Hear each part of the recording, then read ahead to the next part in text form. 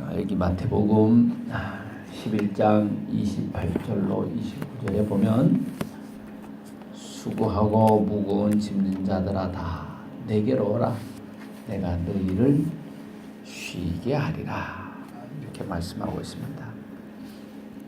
주님이 부르시는 사람은 수고가 있고 무거운 짐이 있는 사람들을 오라시는 겁니다. 사실 사람들이 수고하지 않고 짐도 없고 정말 행복하게 살고 정말 부러울 거 없이 살고 이 땅에 사는 삶이 너무 좋은 사람들을 정말 아무것도 필요로 하지 않고 아무 어려움이 없다면 그들이 과연 하나님을 찾을까요? 하나님 없이도 이렇게 잘 먹고 잘 사는데 하나님 왜 필요할까요? 라고 생각할 수도 있겠지요. 예수님은 그런데 이렇게 와서 말씀하십니다. 너희가 참 수고스럽지. 인생 사는 게 짐이지. 그러면 내게로 와라. 이렇게 말씀을 하고 있습니다. 예수님이 살던 시절에 그 이스라엘 나라는 정말 힘들고 수고스러운 삶을 살고 있었죠. 로마의 식민지로 살아간다는 것 결코 쉬운 일은 아닙니다. 얼마나 힘들게 살았는지 몰라요. 정치의 주권은 없습니다. 백성들은 남의 나라의 지배하에서 신음하고 살았습니다. 거기에 또 한 가지 플러스가 있는데 종교적으로 힘들게 살았습니다. 유대인의 율법이라고 하는 것은 우리가 생각하는 것보다도 훨씬 힘듭니다. 지키고 살기에. 지금도 이스라엘에서는 절기를 지키고 살지만 절기를 다 지키고 산다는 것도 힘들고 안식일을 일주일에 한 번씩 지키고 산다는 것도 힘들고 지키기도 어려웠습니다. 이런 상황을 예수님이 보시고 저들의 삶이 너무 수고스럽고 저들의 짐이 너무 무거웠습니다. 그래서 예수님이 부르십니다. 와라. 그렇다면 와라. 오늘 우리가 생각하는 것과는 영 다릅니다. 우리는 지금 살아가면서 힘들고 수고스러운 게 어쩌면 다 내가 부족해서 라고 생각할 수도 있습니다. 내가 좀 지혜롭지 못해서 혹은 내가 좀 더 어떻게 잘 못해서 이렇게 어려워라고 말할 수도 있죠.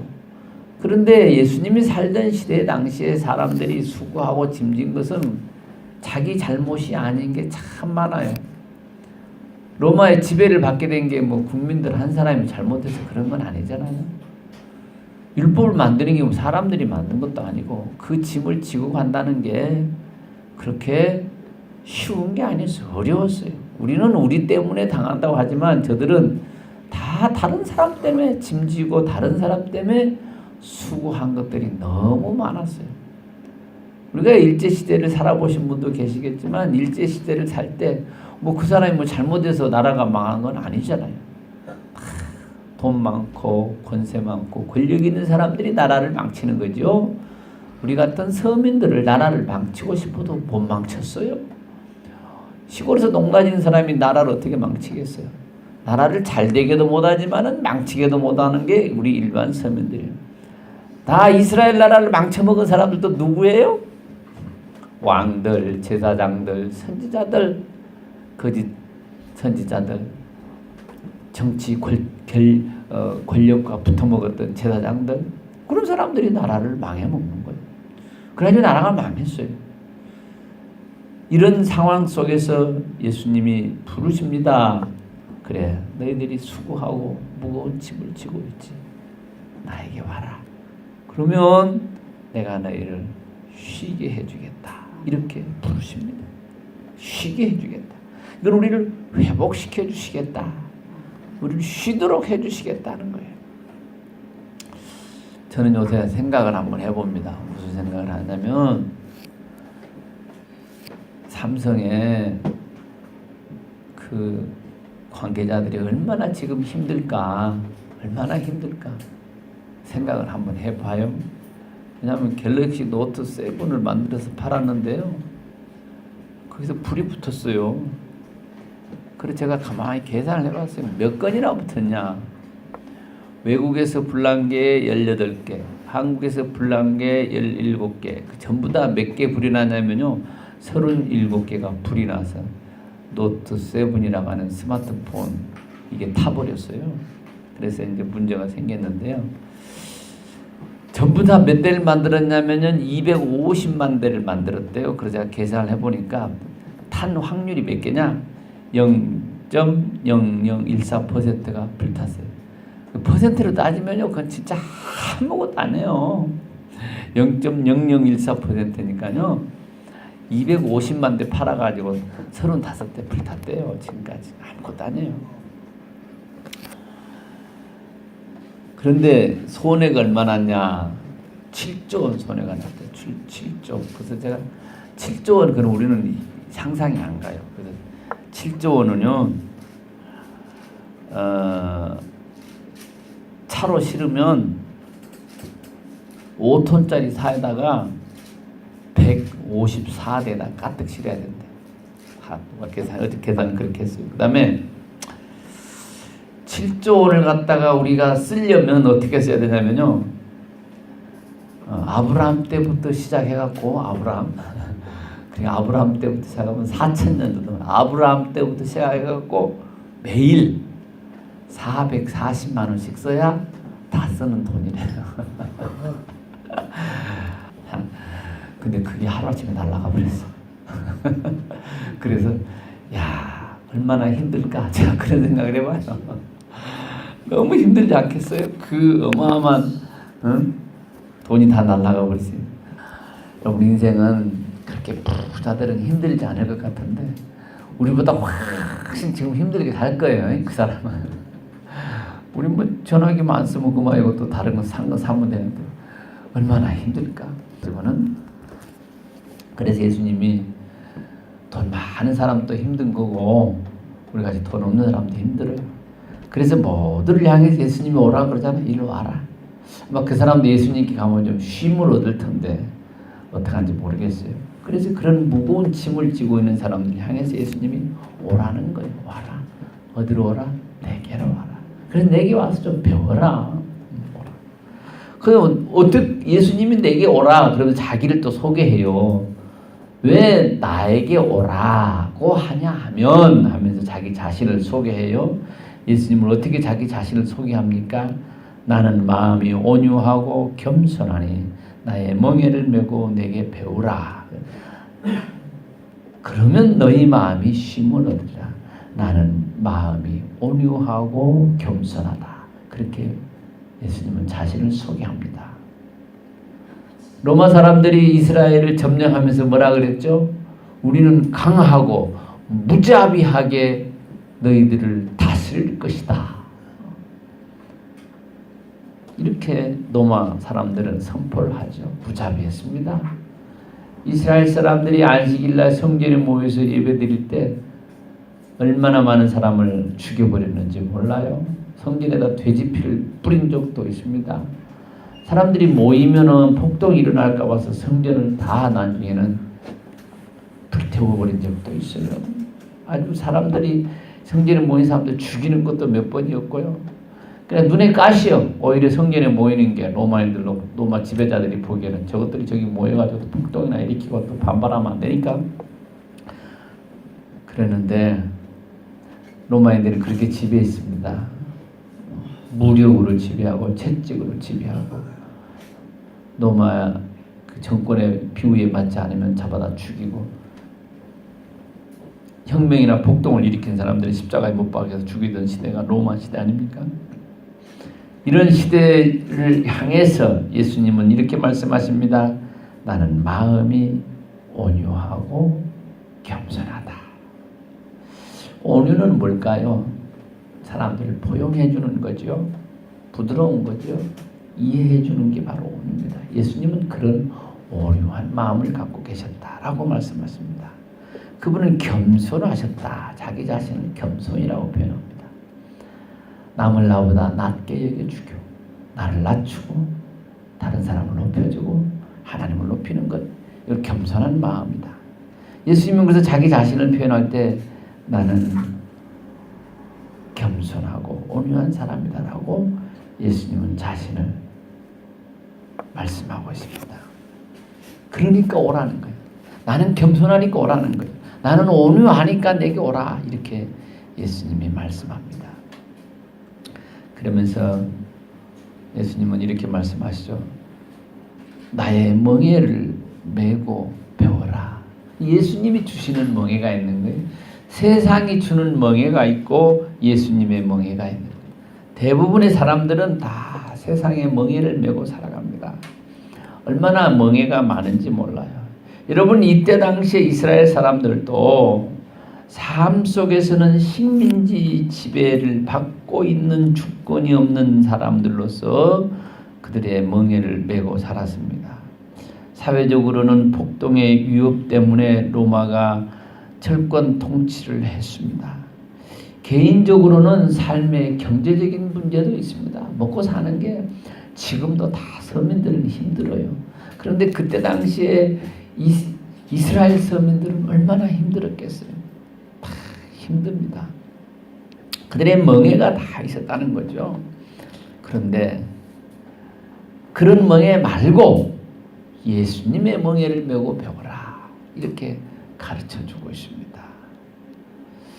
이스라엘 사람들은 그런 사회적인 형편 외에 종교적인 멍에를 또 하나 메고 있었습니다.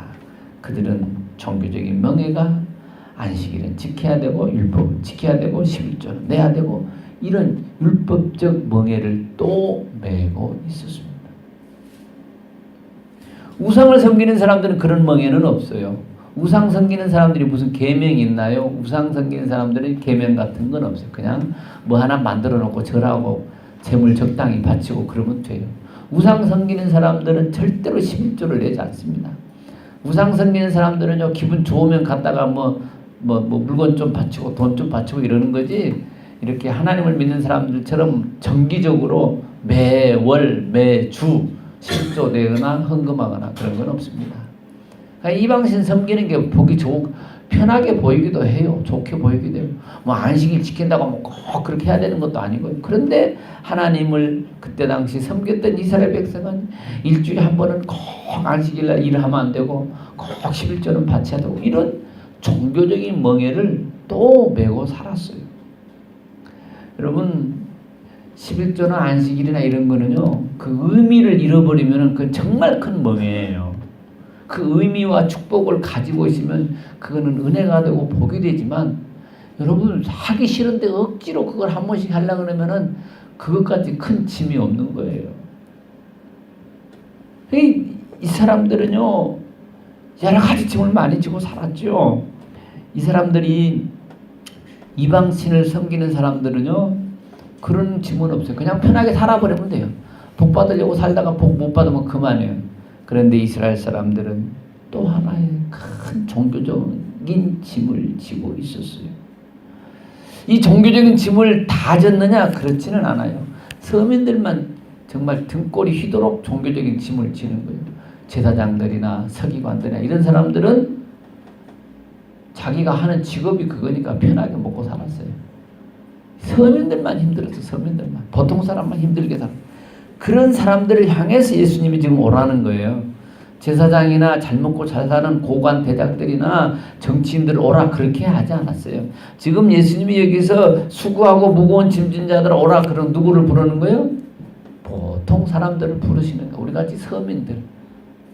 힘도 없고 돈도 없고 권력도 없고 이름도 없고 명예도 없는 우리 같은 사람들을 예수님이 오라고 하는 거예요. 오라고. 그래서 예수님은 자기 자신이 온유하고 겸손하니까 와라. 그리고 나의 멍에를 메라.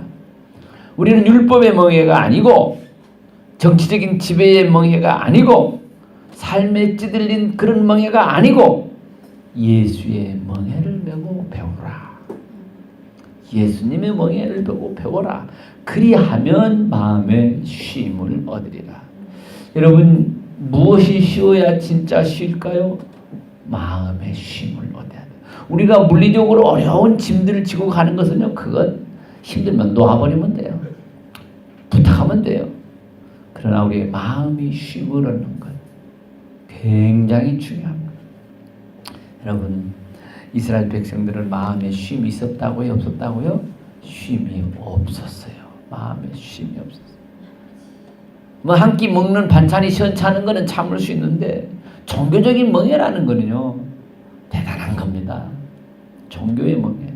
늘 자기 마음을 괴롭히고 양심을 괴롭히는 게 종교잖아요. 그래서 그런 여러 가지 멍해에 매고 있던 그 이스라엘 사람들을 향해서 이제 내게 와서 배워라. 내 멍해가 있다. 예수님 우리에게 주시는 멍해가 뭘까요? 예수님 우리에게 주시는 짐이에요. 그게 뭐예요? 예수님은 우리에게 멍해를 주셨는데 그게 복음입니다. 그게 믿음입니다. 생명이고 사랑이었습니다. 예수님이 우리에게 주시는 짐은 우리를 괴롭게 하고 힘들게 하는 짐이 아니라 오히려 그것 때문에 우리가 마음에 쉼을 얻고 소망이 되고 희망이 된 그런 짐을 우리에게 주셨다 하는 겁니다. 율법이나 선지자들이나 제사장들이 주는 짐은 그들은 백성들에게 무거운 멍에를 지워 주었습니다. 하나님을 믿는 것을 어렵게 만들어 놨습니다. 율법이 613가지라고 그래요. 그런 율법들을 이렇게 지키냐 저렇게 지키냐 지켰냐 안 지켰냐 이거 따지면서 사람들을 들들 볶고 괴롭게 했어요. 예수님의 제자들이 어느 날 가다가 밀을 좀 비벼 먹었습니다. 얼마나 배가 고팠으면 그걸 하나 비벼 먹었겠어요? 그걸 가지고 시비를 겁니다. 당신의 제자들은 저게 뭡니까? 안식일날 저렇게 하면 안 되는 거잖아요. 늘 시비 걸고 사는 사람들이었어요. 예수님이 38년 동안 병들어서 고생했던 사람을 치료했습니다. 그러면 박수 쳐주고 칭찬해줘야 되는데 왜 안식일날 그런 짓을 합니까? 이렇게 따졌어요. 안식일날은 좋은 일도 하면 안 된다는 거예요. 그렇게 그걸 종교적인 짐이다 그러는 거예요. 율법의 짐이라 그러는 거예요. 그런 짐을 지고 살았던 시대였습니다. 안식일날은 병도 고치면 안 되고 안식일날은 밀을 배고픈 사람이 밀을 좀 먹어도 안 되고 이렇게 율법적으로 지키고만 살아야 되는, 그러니까 율법의 짐이라는 거, 율법의 멍해라는 거는요, 우리의 상상을 초월하는 아주 무거운 짐이었습니다. 그런 짐을 지고 살아가야만 됐던 이스라엘 백성들. 그들을 향해서 예수님이 오라는 거예요. 내 멍해가 있다. 네가 지고 있는 그 멍해는 벗어버리고 내가 주는 멍해를 매라. 할렐루야. 그리고 그 멍해를 메고 예수님께 배워라. 할렐루야. 예수님에게 배워야 된다는 거예요. 우리가 마음의 쉼을 얻기 위해서는 배워야 돼요. 뭘 배워야 돼요? 복음을 배워야 돼요. 믿음에 대해서 배워야 돼요. 생명이 뭔지를 알아야 돼요. 이런 배움을 해야 된다는 거예요. 누구에게? 예수님에게 배워야 쉼을 얻고 가벼워진다는 거예요. 예수님에게 안 배우고 율법 선생에 가서 배우고 제사장에 가서 배우고 로마 정치인들에게 배워봐야 더 무거워지는 거예요. 사람들이 예수님에게 배우려고 하지 않고 세상 가서 배우려고 하고 출세하고 성공한 사람들에게 배우려고 하니까 갈수록 짐은 무거워지는 거예요. 누구에게 배워야 돼요? 예수님에게 배워야 돼요. 예수님 우리에게 뭘 가르쳐 줬어요? 하나님의 나라를 가르쳐 줬어요. 복음을 가르쳐 줬어요. 하나님 나라와 복음과 천국과 아버지에 대해서 가르쳐 주셨어요. 우리의 영원한 미래와 생명에 대해서 가르쳐 주셨어요. 그걸 배워야 돼요.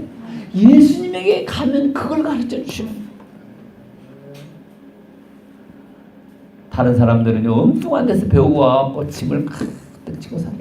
세상에 가서 배우면요, 출세의 방법, 성공의 방법, 돈 버는 방법, 이런 것만 잔뜩 배우면요, 그게 그렇게 되는 게 아니고 더 무거운 짐이 되는 거예요.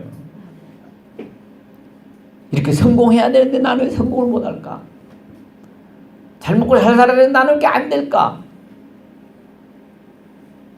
그런 짐을 세상 가서 배우면요, 그게 더 자기를 짓누르는 짐이 되는 거예요. 쉬게 하는 게 아니에요.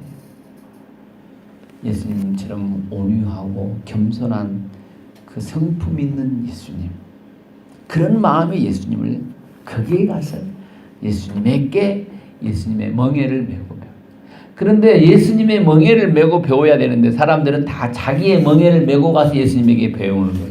예수님이 그랬거든요. 나의 멍에를 메라. 네 멍에 내려놓고 너희들이 수고하고 무거운 짐 그런 멍에는 다 버려놓고 예수님의 멍에를 메고 예수님에게 배워라. 그래야 쉼을 얻는 거다. 그럼 무슨 쉼을 얻는다고요? 마음의 쉼을 얻으리니. 할렐루야. 우리 때때로요 예수님에게 가서 배우면 마음의 쉼 말고 육체의 쉼을 얻으려는 줄로 생각해요. 그래서 예수님은 그랬어요. 육체의 쉼이 아니에요. 마음의 쉼이에요. 마음. 제가 살아보니까 그렇더라고요. 마음이 힘든 게 힘들어요. 육체가 힘든 게 힘들어요. 마음이 힘든 게 훨씬 힘들어요. 몸이 힘든 거는요. 한 2, 3일 쉬면은 다 힘든 건 해결돼요. 아무리 힘들어도요. 2, 3일 쉬면은 다 회복돼요. 그렇죠? 근데 마음이 힘들면은 2, 3일 갖고 돼요? 안 돼요. 어떤 때는 평생도 가요. 어떤 때는 몇 달도 가고 몇 년도 가요. 마음이 힘든 게 훨씬 더 힘들어지더라. 그거예요. 그래서 예수님 말씀하시는 거예요. 그렇게 하면 조건이 있어요. 예수님의 멍에를 가지고 예수님께 배우면 마음이 쉼을 얻을 것이다. 할렐루야. 실제로 이 시대에 예수님에게 가서 배운다고 한들 로마가 주는 짐은 벗을 수가 없어요. 예수님에게 와서 예수님의 멍에를 배운다고 해도 로마가 매겨주는 세금의 짐은 벗을 수가 없어요. 사회적인 짐은 벗을 수가 없어요. 예수님에게 와서 예수님에게 배운다고 해서 누가 보너스 주거나 월급이 많아지는 건 아니에요. 예수님에게 배운다고 해서 보리밥 먹던 거 쌀밥으로 바뀌는 건 아니에요. 삶은 여전할 수 있어요. 뭐가 바뀌느냐? 마음이 바뀌는 거예요. 할렐루야. 마음에 쉼이 있고 마음에 안식이 있고 마음에 평안이 있고 미래가 있고 소망이 있게 바뀐다. 그거예요. 할렐루야. 예수님에게 가면 예수님이 보너스 주거나 예수님이 수당 주거나 월급 주거나 그러지는 않으셨어요. 뭘 주셨느냐? 우리의 마음속 깊은 곳에 평화를 주시고 마음속 깊은 곳에 소망을 주시고 마음속 깊은 곳에 쉼을 주셨다. 할렐루야. 누구랑 쉴까요? 혼자 쉴까요? 예수님하고 함께 쉬는 거예요. 할렐루야. 여호와는 나의 목자시니 내게 부족함이 없으리라. 나를 푸른 초장으로 인도하신다고 하는 그 주님과 더불어서 함께 쉼을 얻는 것.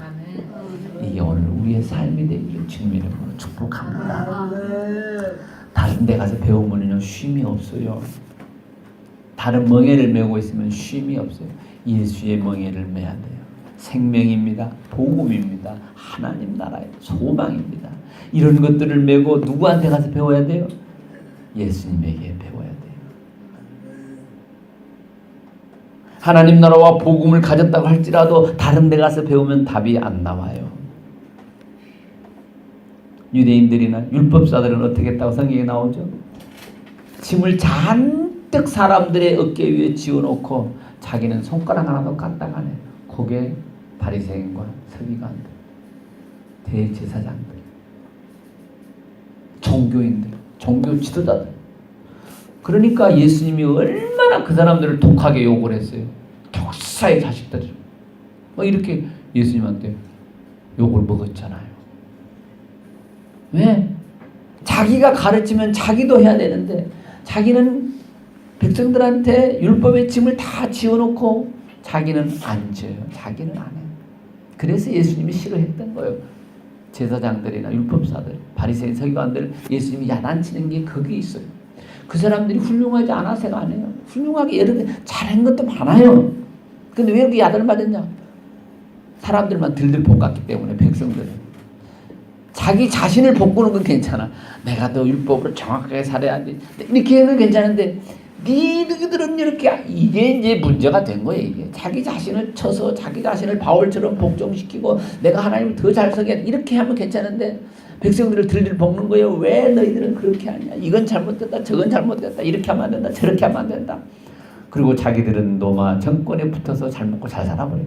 이거를 예수님이 욕하고 예수님이 책망하고 야단쳤던 너희는 독사의 자식이야. 네 애비가 독사다 막. 아이고 욕도요.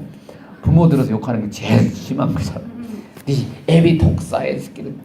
아이고 참말로. 그렇게 살았어요 그들은 실제로. 그래서 예수님에게 독한 욕을 먹었던 사람들. 백성들 들 볶지 마라 그거요. 백성들 왜 힘없는 백성들 들들 볶아서 그렇게 못 살게 하냐.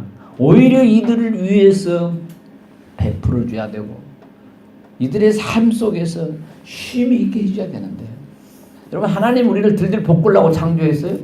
하나님 우리를 들들 볶으려고 안식일 만들어 놓은 거예요? 하나님 우리를 들들 볶으려고 11조 만들어 놓은 거 아니에요. 우리를 쉬게 해주고 축복해주고 은혜 속에서 살게 하려고 하나님의 보살핌 속에서 살게 하려고 그런 것들을 만들어놨지 우리한테 무슨 세금 뜯어가려고 11조 만들고 우리한테 무슨 코끼 가지고 예배당에다 끌어모으려고 안식일 만든 게 아니라 그거예요. 하나님은 우리 인간에게 참으로 쉼을 주기 위해서 안식일을 만들었고 우리에게 축복이 뭔지를 보여주려고 11조를 만들어놨던 거예요. 하나님께서는. 근데 그걸 이용해 먹는 사람도 있어요. 그걸 이용해 먹는. 누가 이용해 먹어요? 타락한 제사장들, 타락한 대제사장, 타락한 종교 지도자들, 타락한 서기관들, 타락한 바리새인들이 그걸 이용해 먹는 거야. 예수님은 사람들을 이용해 먹는 사람이 절대로 아니었습니다.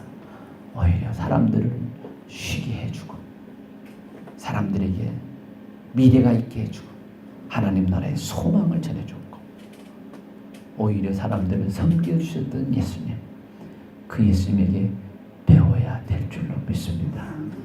예수님에게 배워야만 답이 나오고 예수님에게 갔을 때 쉼이 있다고 하는 사실을 마음속에 기억해 둡시다.